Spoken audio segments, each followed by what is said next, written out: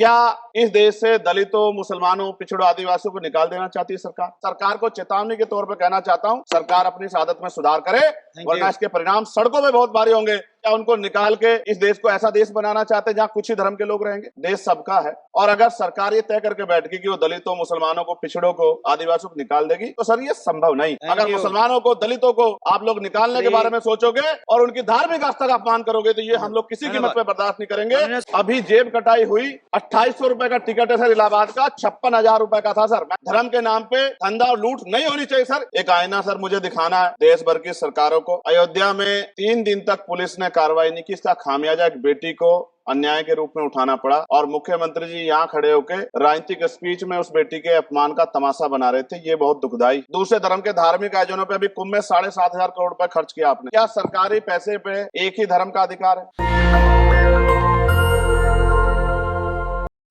चंद्रशेखर जी। धन्यवाद सभापति जी। राष्ट्रपति जी के अभिभाषण पे मुझे आपने मेरी बात रखने का मौका दिया। मैं जातिगत जनगणना से शुरुआत करूंगा जिसकी देश को जरूरत है, क्योंकि जनगणना होगी तो आंकड़े आएंगे तो जो बजट दिया जा रहा है वो सही तरह से लोगों तक पहुंच पाएगा, उस बजट का लोगों को फायदा होगा। दूसरी बात, अयोध्या में 3 दिन तक पुलिस ने कार्रवाई नहीं की, इसका खामियाजा एक बेटी को अन्याय के रूप में उठाना पड़ा और मुख्यमंत्री जी यहाँ खड़े होकर राजनीतिक स्पीच में उस बेटी के अपमान का तमाशा बना रहे थे। ये बहुत दुखदाई है। साथ साथ कुंभ में जिनकी जान गई उनको मैं श्रद्धांजलि देता हूं और मुख्यमंत्री जी को आपके माध्यम से कहता हूं कि वो सूची दे दे तो मुआवजा सब लोगों तक पहुंच जाए। बहुत अच्छी बात है। एक आईना सर मुझे दिखाना है देश भर की सरकारों को। यही बागपत के एक बच्चे ने न्याय नहीं मिला सर, आत्महत्या कर ली पार्लियामेंट के सामने, जितेंद्र ने। परभनी में बाबा साहब अम्बेडकर की स्टैचू तोड़ी गई सर, वहां सोमनाथ सूर्यवंशी को पुलिस ने मार दिया सर। यहाँ पंजाब में सर, अमृतसर में बाबा साहब अम्बेडकर की प्रतिमा पे किस तरह का अपमान किया गया।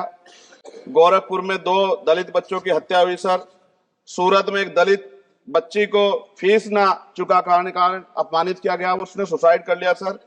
झुंझुनू में राजस्थान में एक बच्चे की पिटाई की गई मटकी छूने पे सर दोबारा। कठुआ जम्मू में सर एक नाबालिग बच्ची का सामूहिक बलात्कार किया गया सर। साथ साथ सहारनपुर में भूमाफियाओं ने शमशान की भूमि को देवबंद में सर जबरन कब्जा करने की कोशिश की, गोलीबारी की सर। आजमगढ़ में सूरज की हत्या सर हो गई और पुलिस बचाने काम करे अपराधियों को। सर SC ST को पहले जमीन मिलती थी पट्टों के रूप में, कहीं सरकार ने दी। उन जमीनों को पहले तो दबंगों ने कब्जा के रखा और अब उन जमीनों को सरकार भी छीन रही है सर। शहर में रहने वालों को SC ST को आवासीय पट्टे दिए जाने चाहिए। आजादी के 75 साल भी घर नहीं है, बाद भी SC ST के बच्चों को जो स्कॉलरशिप दी जाती थी, केंद्र और राज्य का आपसे विवाद है कि 60% आप दोगे, 40 हम देंगे। इस चक्कर में कई बार स्कॉलरशिप सब नहीं समय पहुंचती, मानसिक प्रताड़ना होती है, स्कूल परेशान करते हैं, कॉलेज। इसलिए मेरी राय है सर कि 0 बैलेंस पे उन बच्चों का एडमिशन कराया जाए। जब सरकार कुछ करना ही चाहती तो बच्चों को फायदा हो जाए। और देश भर में सर बहुत सारे छात्रावास बने हैं, लेकिन उन छात्रावास की स्थिति ऐसी है जर्जर जैसे हमारे स्कूलों की है। इन छात्रावास का जीर्णोद्धार कराया जाए, उनकी रख रखाव का ख्याल रखा जाए, क्योंकि यहाँ देश का भविष्य तैयार हो रहा है। और ऐसी हालात सर स्कूलों की है।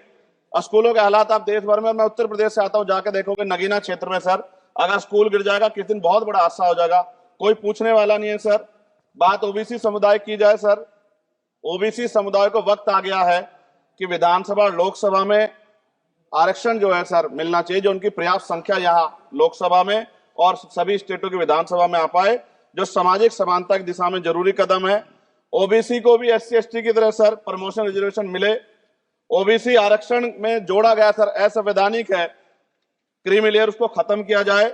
सरकारी स्वायत्त संस्थानों में भी सरकारी विभागों के समतुल्य पदों को चिन्हित किया जाए तथा उनकी समतुल्यता स्थापित की जाए, ताकि इन संस्थानों में कार्यरत OBC कर्मचारियों के बच्चों को भी आरक्षण का लाभ मिल जाए।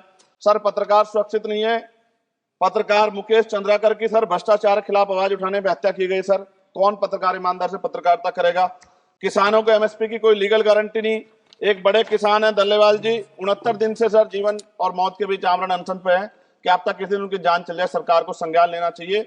सर माइनॉरिटी की बात करूंगा, धार्मिक आस्था की बात है, हम तो सभी का सम्मान करते हैं क्योंकि हमने शपथ ली है, हम संविधान को मानने वाले लोग हैं। लेकिन सर बड़ौत में भगवान आदित्यनाथ निर्वाण लड्डू पर्व के दौरान दुर्घटना हुई, 8 लोगों की जान चली गई, श्रद्धालुओं की 75 घायल है, सरकार ने संज्ञान नहीं लिया।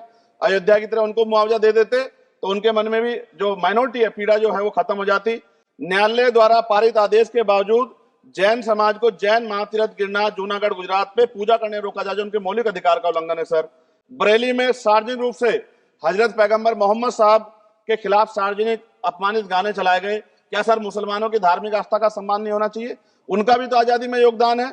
और इनको अपराधियों किसका संरक्षण की खुलेआम इस तरह गाने बजा के अपमानित कर रहे हैं।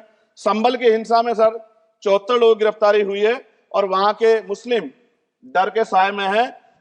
सरकार बेगुनाहों की गिरफ्तारी बंद करे।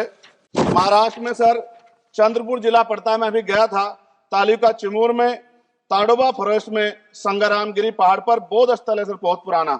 वहां बौद्ध भिक्षु को सरकार बिजली नहीं देती, रास्ता नहीं देती और इतनी बुरी हालत में उनकी धार्मिक आस्था क्या है सर? तथागत बुद्ध की ज्ञान स्थली होने के कारण बोध गया में बौद्ध धर्म के अनुयायियों के लिए जो बहुत महत्वपूर्ण स्थल है सर, इस स्थल पर अवैध कब्जा हटवाकर बौद्ध धर्म के अनुयायियों को सौंपा जाए। उनमें बड़ी चिंता, देश विदेश से लोग आते हैं, तो यहाँ हमारे देश की छवि भी खराब हो रही है। और अभी 12 फरवरी को सदगुरु रविदास जी महाराज की जयंती है और 14 अप्रैल को बाबा साहब अम्बेडकर की, 11 अप्रैल को राष्ट्रपिता ज्योतिबा फुले। इनको मानने वाले लोग नए कार्यक्रम करना चाहते हैं। अभी जिस विचार की सरकार है सर, वो तो कोई कार्यक्रम कर लें, लेकिन अगर ये कार्यक्रम करना चाहते हैं तो इनको कोई छूट नहीं है और नई परमिशन नहीं मिल रही। खत्म करूंगा सर, अंत में थोड़ा सा और रह गया सर, इसको खत्म करूंगा। लेकिन सर मैं जानना चाहता हूं, क्या सरकारी पैसे पे एक ही धर्म का अधिकार है? दूसरे धर्म के धार्मिक आयोजनों पे अभी कुंभ में 7,500 करोड़ रुपए खर्च किया आपने। आप रविदास जयंती पे कितना खर्च करेंगे? आप 14 अप्रैल को डॉक्टर बाबा साहब अम्बेडकर जिनकी जय जयकार होती है उन पे कितना खर्च करेंगे?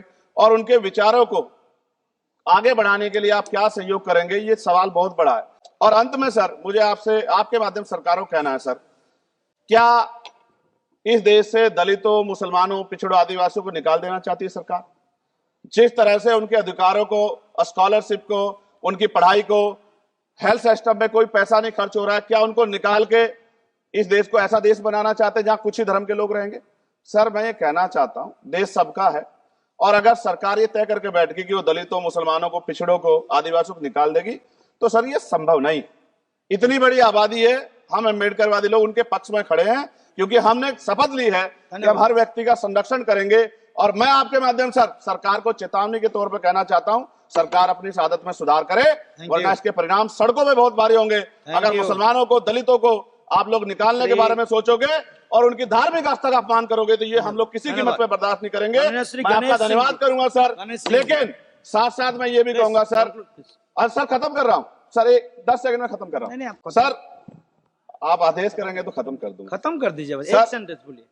10 सेकंड में खत्म कर दूं सर? एक सेंटेंस में 10 सेकंड ही आएगा, बोलिए सर। मैं बस ये कहना चाहता हूं कि सरकार सभी का ध्यान रखे और उनमें भी गरीबों का ज्यादा ध्यान रखे, क्योंकि सर अभी जेब कटाई हुई, 2800 रुपए का टिकट है सर इलाहाबाद का, 56,000 रुपए का था सर। मैंने मंत्री जी से कहा, तब जाके उन्होंने संज्ञान लिया, तब आधे रेट हुए। इसलिए कह रहा हूं, धर्म के नाम पे धंधा और लूट नहीं होनी चाहिए सर, इसकी जिम्मेदारी सरकार की। धन्यवाद सर। नेशनल दस्तक की आपसे गुजारिश है कि अगर इसको बचाना चाहते हैं तो नेशनल दस्तक को सब्सक्राइब करने के लिए रेड कलर के सब्सक्राइब बटन को दबाएं, फिर बेल आइकन की घंटी दबाएं। नेशनल दस्तक को बचाने के लिए बहुत जरूरी है कि हर खबर को शेयर करें, लाइक करें, कमेंट जरूर करें।